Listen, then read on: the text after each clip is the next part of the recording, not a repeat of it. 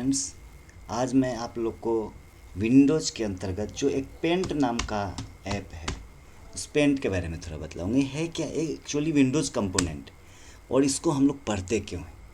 इसके पीछे कुछ कारण यह है कि इनिशियली जब हम लोग सिस्टम में कुछ भी काम करना या पढ़ना स्टार्ट करते हैं तो हमारा सबसे पहला चीज़ होना क्या चाहिए, सबसे पहला चीज़ होना चाहिए कि माउस का कंट्रोल अच्छा हो और कीबोर्ड का कंट्रोल अच्छा हो, यानी टाइपिंग वगैरह अच्छा हो।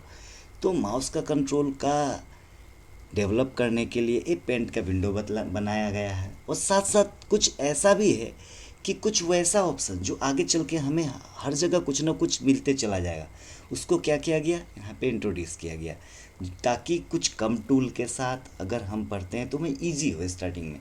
फिर आगे चल के जैसे जैसे आगे आगे पढ़ते चले जाएंगे तो ईजी वे में कर सकते हैं, जैसे ABCD पढ़ते हैं ग्रामर पढ़ने से पहले, उसी प्रकार से। तो चलिए, ये पेंट का विंडो में है क्या, हम कर सकते हैं क्या, इस पे ड्राइंग पेंटिंग का काम कर सकते हैं, जिसके अंतर्गत विंडोज़ 10 में क्या कर दिया है कि होम और व्यू का कुछ रिबन बना के रख दिया गया है और फाइल का एक मेनू बना के रख दिया गया है। तो चलिए एक एक करके यूज करते हैं। सबसे पहला क्या है, होम मेनू, होम टैब। तो होम टैब में क्या है, इसको रिबन भी बोल सकते हैं, टैब भी बोल सकते हैं। होम टैब में क्या है, सबसे पहला चीज़ है पेस्ट।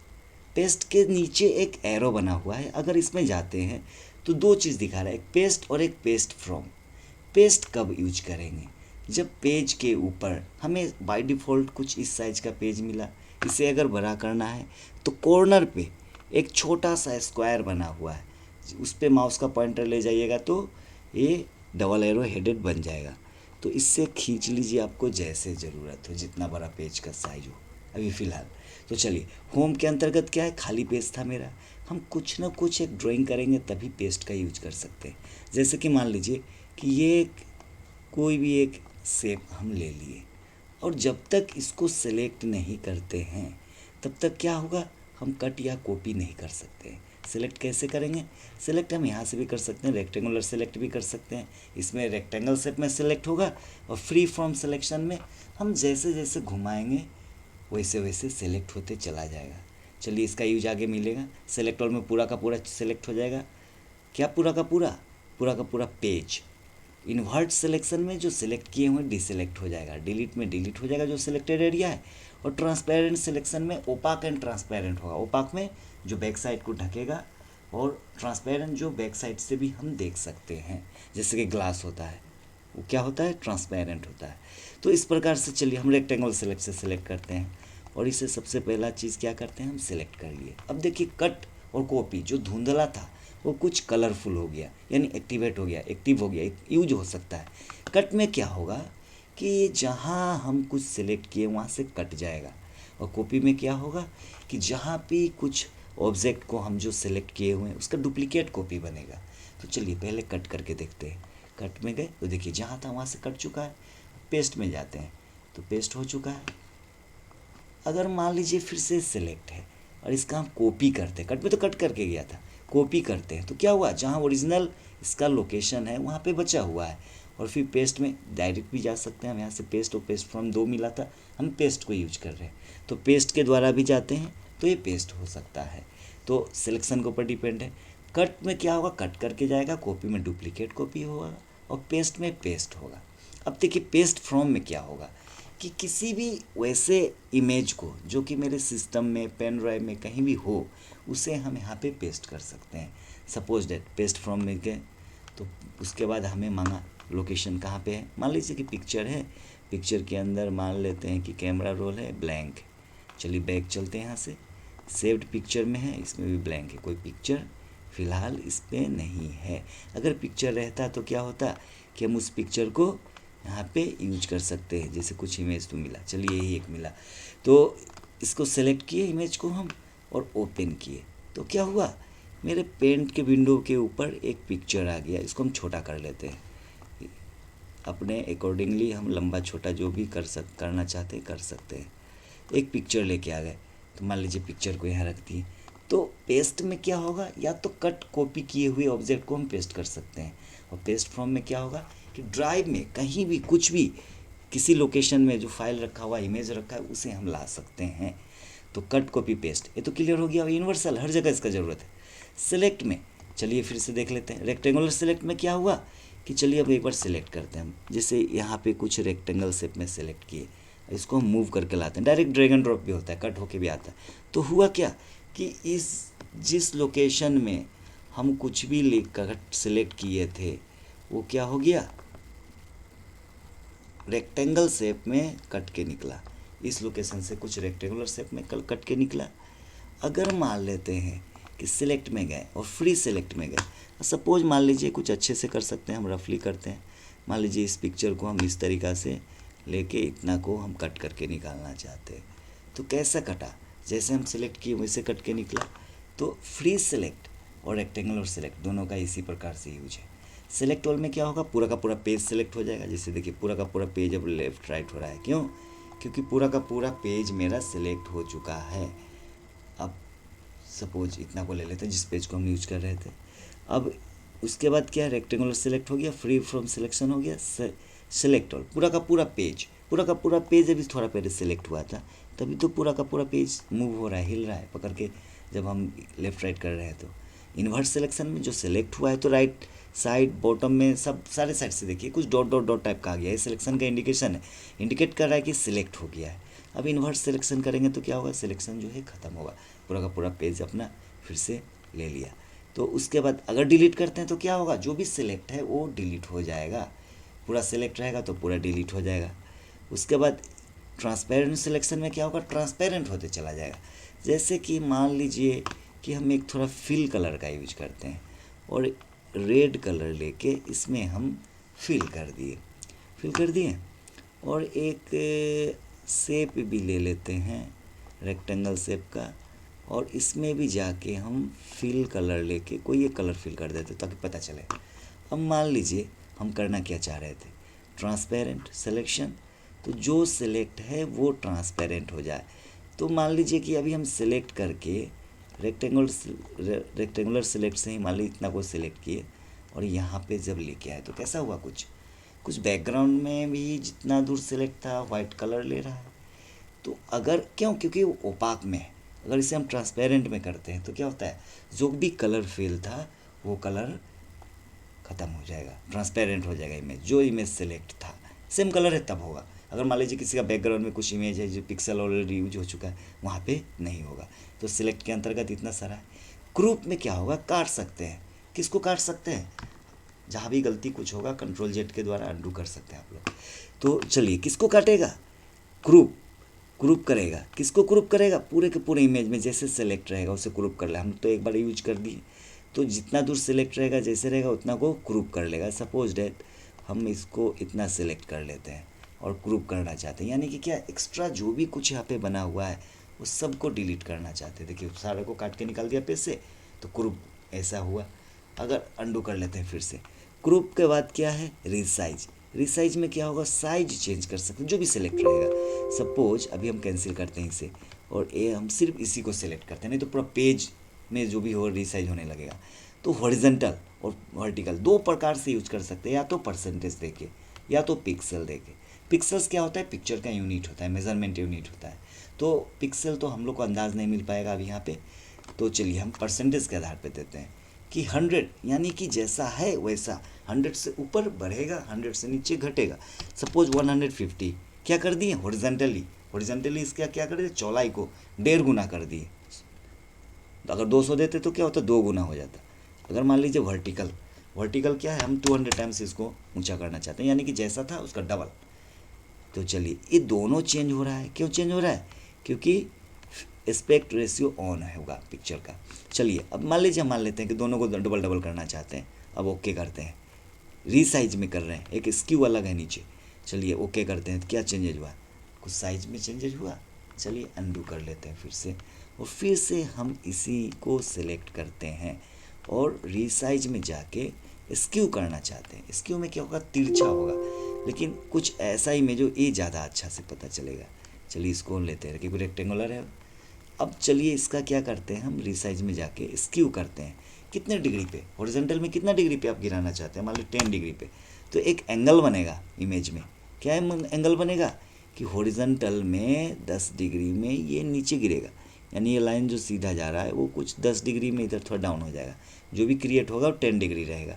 और वर्टिकल में कर दिए, मान लीजिए 20 डिग्री 10 डिग्री कुछ भी कर देते हैं, 10 डिग्री कर दिए तो क्या होगा, जो ऊपर का जो ये लाइन है ये पार्ट थोड़ा नीचे आ जाएगा और ऐसा कुछ आएगा जो कि यहाँ पे 10 डिग्री इस पर बन जाए। 10-10 डिग्री में हम हॉरिजॉन्टल वर्टिकल में इसको स्क्यू कर रहे हैं, तो देखिए 10-10 डिग्री में स्क्यू हो गया, यहाँ पे भी 10 डिग्री बना होगा और यहाँ पे भी 10 डिग्री बना होगा। तो रीसाइज में इस प्रकार से हम लोग यूज कर सकते हैं। उसके बाद क्या है, रोटेट में क्या कर सकते, घुमा सकते हैं। जैसे rotate 90 degree right side clockwise में, अगर लेफ्ट 90 एंटी क्लॉक में, अगर रोटेट 180 डिग्री 180 डिग्री में घुमा लेगा, वर्टिकली फ्लिप पलटेगा, राइट वाला लेफ्ट में, लेफ्ट वाले राइट में, और हॉरिजॉन्टल वर्टिकल क्या होगा, डाउन वाला अप में, अप वाला डाउन में, और फ्लिप हॉरिजॉन्टल में क्या होगा, राइट वाला लेफ्ट में, लेफ्ट वाला राइट में। जैसे कि कॉपी वगैरह पलटते हैं तो पलटने का काम करेगा। तो इतना सारा ये ऑप्शन मिला। उसके बाद ये पेंसिल है, पेंसिल का यूज कर सकते हैं आप लोग। पेंसिल को अगर मोटा करना हो तो कंट्रोल के साथ थोड़ा प्लस करके प्रेस कीजिए, अंदाज से मोटा होते चला जाएगा। कलर जैसा लेना हो कलर उस प्रकार का, जिस कलर पे क्लिक कीजिएगा उस कलर का पेंसिल आ जाएगा। फिल कलर का काम है रंग भरेगा, जहाँ तक घेरा हुआ मिलेगा वहाँ तक ये रंग को भर लेगा। जैसे हम यहाँ पे कुछ कलर डालना चाहते हैं, डाला है, लेकिन सेम कलर को अगर यहाँ पे डालते तो क्या होता, जहाँ तक खाली मिलता वहाँ तक ये पहुँच जाता, जहाँ जहाँ ब्लॉक मिला वहाँ नहीं जा पाया। फिल कलर का काम ये है। टेक्स्ट बॉक्स का काम है कि हम कुछ लिख सकते हैं, और जैसे ही कुछ लिखे तो उसका हम कुछ फॉर्मेट भी कर सकते हैं। जैसे कि मान लीजिए कि हम कुछ लिख लिए, अब इसका हम क्या करना चाहते हैं, कलर रेड करना चाहते हैं, साइज हम अपने ज़रूरत के आधार पे जैसा करना चाहते हैं। बहुत सारा फ़ॉन्ट है, जो भी ले सकते हैं आप। हम मान लीजिए कि एक फ़ॉन्ट लेना चाहते हैं कॉफ़ी नाम का फ़ॉन्ट को लिए। अब इसके साइज को हम बड़ा करना चाहते हैं, इतना साइज यहाँ दिया हुआ है। इसके अलावा जो भी साइज चाहिए यहाँ पे लिखिए, जैसे 150 नहीं है, हम 150 लिख के इंटर मारिए, 150 साइज का हो जाएगा। अब मान लीजिए टेक्स्ट बॉक्स छोटा पड़ गया तो थोड़ा बड़ा कर लीजिए, इसको पकड़ कर ड्रैग एंड ड्रॉप कर लीजिए। तो फ़ॉन्ट जैसे ही हम टेक्स्ट लिए तो एक टूल आ गया। देखिए टूल में क्या है, फ़ॉन्ट क्या लेना चाहते हैं, साइज क्या लेना चाहते हैं। बोल्ड में हल्का मोटा मोटा हो जाएगा, इटैलिक में हल्का तिरछा हो जाएगा, अंडरलाइन में नीचे लाइन आ जाएगा, स्ट्राइक थ्रू में बीचों बीच लाइन आ जाएगा, ओपाक पीछे ढकेगा और ट्रांसपेरेंट नहीं ढकेगा। अभी हम लोग को सिलेक्ट के अंतर्गत ये मिला था। कलर 1 एंड कलर 2 है। कलर 1 फोरग्राउंड, कलर 2 बैकग्राउंड के लिए। कलर 1 को लेंगे या कलर 2 को लेंगे, जो सिलेक्ट रहेगा वो हम कलर ले सकते हैं। फोरग्राउंड बैकग्राउंड 2 कलर यूज किया जा सकता है, अभी आगे टूल्स मिलेगा इसके लिए। एडिट कलर में इससे ज़्यादा कुछ कलर चाहिए तो कलर बना लीजिए जाके। एडिट विथ 3D पेंट, तो पेंट में भी 3D का दे दिया पार्ट, 3 डायमेंशनल में भी हम लोग इसमें जाके यूज कर सकते हैं। तो ये तो हो गया मेरा क्या, टेक्स्ट।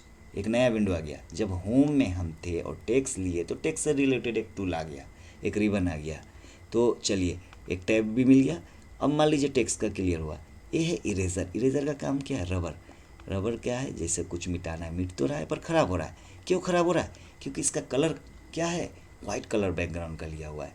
हम बैकग्राउंड का कलर कैसा लेना चाहते हैं, हम बैकग्राउंड का कलर इस पेज के जैसा लेना चाहते हैं। सबसे बेस्ट यहाँ से खोजने से अच्छा है, यहाँ पे पिक कलर है, पिक कलर में जाके कलर पे क्लिक कर दीजिए, अपना बैकग्राउंड का कलर ले लेगा। पिक कलर में जाके राइट क्लिक कीजिए, क्योंकि बैकग्राउंड का कलर आपको लेना है। अब उसके बाद जैसे मिटाना मिटे, पेज भी ख़राब नहीं होगा। अगर इरेज़र को भी बड़ा करना हो तो कंट्रोल+, छोटा करना हो कंट्रोल-। अब देखिए पेज भी बचा हुआ है, मतलब जिस तरीका का बैकग्राउंड दे देंगे उस तरीका का बैकग्राउंड ले लेगा। Colour 1 colour 2, colour 1 left click, colour 2 right click. तो इरेज़र का काम है।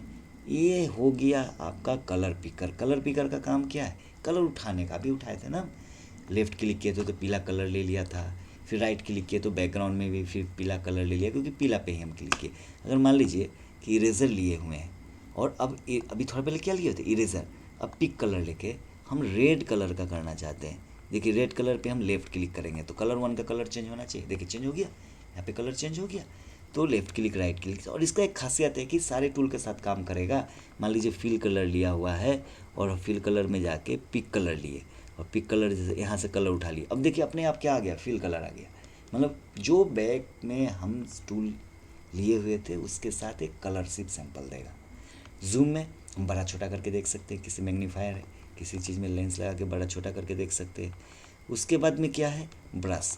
ब्रश अलग अलग डिज़ाइन का ब्रश मिल गया, जो कलर का ब्रश लेना है कलर ले लीजिए। जैसे अभी ग्रीन कलर सेलेक्ट है, तो हम मान लीजिए कि हम ऐसा ब्रश लेना चाहते हैं।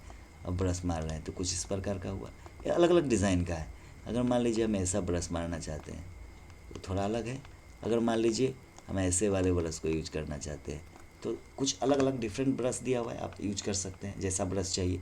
और इतना सारा कुछ शेप्स दे दिया है, जिस शेप्स में अगर स्ट्रेट लाइन लेना है तो स्ट्रेट लाइन लीजिए, कर्व लाइन लेना है तो कर्व लाइन का खासियत क्या है कि एक बार खींचेंगे और जिस साइड से खींचे उस साइड के हाफ से पहले इसको पकड़ के थोड़ा टेढ़ा करेंगे, और 2 बार तक करना ही है। अगर आपका काम भर हो गया तो भी आप फालतू में थोड़ा सा हिला दीजिए। तो कर्व लाइन का यूज इस तरीक़ा से करेंगे, जैसा जैसा बनाना है बनाते चले जाइए, पकड़ के खींचे, टेढ़ा किए, 2 बार तक टेढ़ा किए, हो गया। अब फिर अपना जैसा लेना है वैसा लेते जाइए, बनाते जाइए। इसको पकड़ पकड़ के जहाँ रखना है, जो कुछ बनाना है बना लीजिए। इस तरीक़े से कर्व लाइन से बहुत सारा चीज़ ड्राइंग में बन पड़ेगा, हम कभी बना के दिखाएंगे। सर्कल में सर्कल बनेगा, रेक्टेंगल बनेगा, स्क्वायर बनेगा, राउंडेड रेक्टेंगल जिसका कॉर्नर कटा हुआ रहेगा, पॉलीगॉन बनेगा। पॉलीगॉन में क्या, नंबर ऑफ साइड्स, 3 में ट्रायंगल, 4 में रेक्टेंगल, 4 से अधिक जो है सब गोलीगन पॉलीगॉन ही नहीं, गॉन फैमिली है। गॉन फैमिली में पेंटागॉन, हेक्सागॉन, पॉलीगॉन बहुत सारा आता है। तो नंबर ऑफ साइड्स का डिफर होता है। जैसे मान लीजिए कि यहाँ खींचे, फिर यहाँ खींचे, फिर यहाँ खींचे, फिर यहाँ खींचे, जहाँ जहाँ क्लिक कर रहे खिंचाते जा रहा है। अब क्या है कि हमें रोकना है, मान लीजिए यहाँ पे, तो क्या करेंगे, डबल क्लिक, 2 बार लगातार क्लिक होगा। क्या, जहाँ से स्टार्ट हुआ जहाँ पे फिनिश हो रहा है दोनों जुड़ जाएगा। अब नंबर्स ऑफ साइड्स देखिए बहुत सारा हो गया, 1 2 3 4 5 6 7 8 9 10 11 साइड्स हो गया, इसलिए इसे पॉलीगॉन में ऑल टोटल रखा गया। ये ट्रायंगल हो गया, आपको जहाँ भी पकड़ के खींचना है खींच लीजिए ट्रायंगल एक। इस तरीक़ा से सारा आकार है, सबका सब शेप्स है, जो भी शेप्स आपको खींचना है खींच के यूज कर सकते हैं। तो ये सारा चीज़ टूल मिल गया।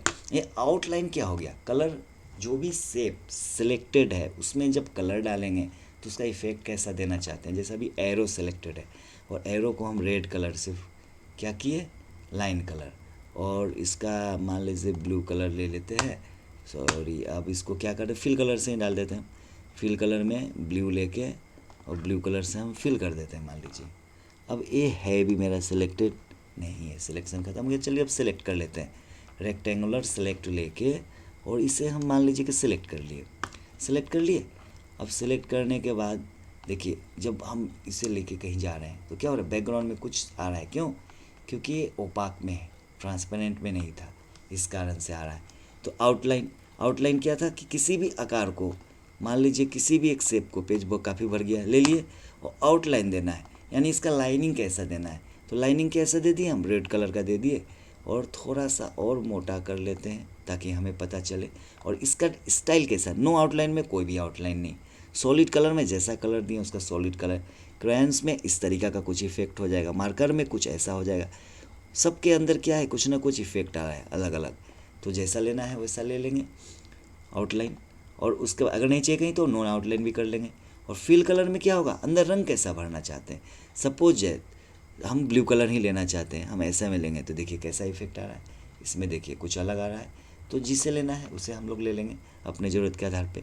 लाइन का डिज़ाइन, जो भी यहाँ से शेप लेंगे उसका लाइन का थिकनेस, वेट जो है वो जितना लेना है उतना ले सकते हैं। इससे ज़्यादा या कम चाहिए तो कंट्रोल और कंट्रोल माइनस के द्वारा। 2 कलर तो क्लियर ही हो गया। एडिट कलर में एडिट कर सकते हैं, एडिट विथ 3D पेंट में अगर जाते हैं तो 3D पेंट में हम एडिट कर सकते हैं। तो फिलहाल आज होम रिबन को ही हम बतला के छोड़ रहे हैं। Thanks for watching, okay bye, see you.